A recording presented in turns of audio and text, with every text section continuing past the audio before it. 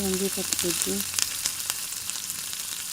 ಹೆಚ್ಚಿನ ಬದನೆಕಾಯಿ, ಹಸಿಮೆಣಸಿನ್ಕಾಯಿ, ಕೊತ್ತಂಬರಿ ಸೊಪ್ಪು, ಕರಿಬೇವು, ಬೆಲ್ಲ, ಟೊಮೊಟೊ, ಹುಣಸೆ ರಸ, ರುಚಿಗೆ ತಕ್ಕಷ್ಟು ಉಪ್ಪು, ಸಾಸಿವೆ, ಜೀರಿಗೆ, ವಾಂಗಿಭಾತ್ ಪೌಡ್ರು. ಬಾಣಲೆಯಲ್ಲಿ ಎಣ್ಣೆ ಕಾದ್ಮೇಲೆ ಸಾಸಿವೆ ಜೀರಿಗೆ ಹಾಕೊಳ್ಳೋದು.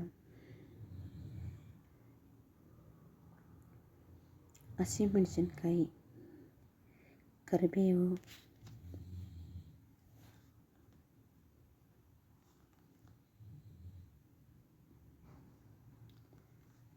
ಹೆಚ್ಚಿನ ಬದನೆಕಾಯಿ,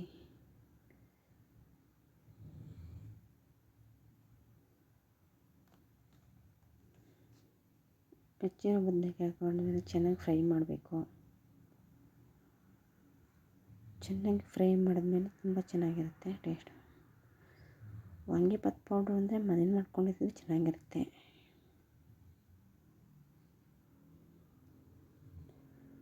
ಚೆನ್ನಾಗಿ ಫ್ರೈ ಆದ ತಕ್ಷಣವೇ ಸ್ವಲ್ಪ ಒಂದೆರಡು ಟೊಮೊಟೊ ಹೆಚ್ಕೊಂಡಿರೋದನ್ನ ಮಿಕ್ಸ್ ಮಾಡಿಕೊಂಡ್ರೆ ಚೆನ್ನಾಗಿರುತ್ತೆ.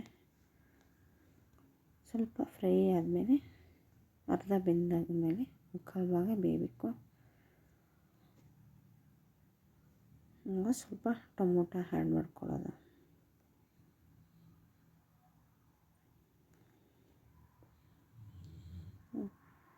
ಟೊಮೊಟೊನ ಮಿಕ್ಸ್ ಮಾಡ್ಕೊಂಡ್ಮೇಲೆ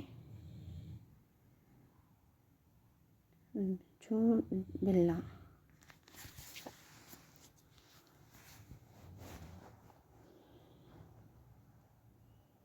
ರುಚಿಗೆ ತಕ್ಕಷ್ಟು ಉಪ್ಪು,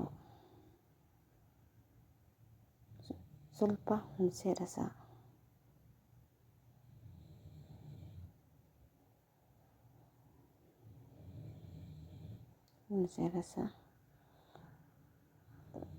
ಸ್ವಲ್ಪ ವಾಂಗಿಭಾತ್ ಪೌಡ್ರು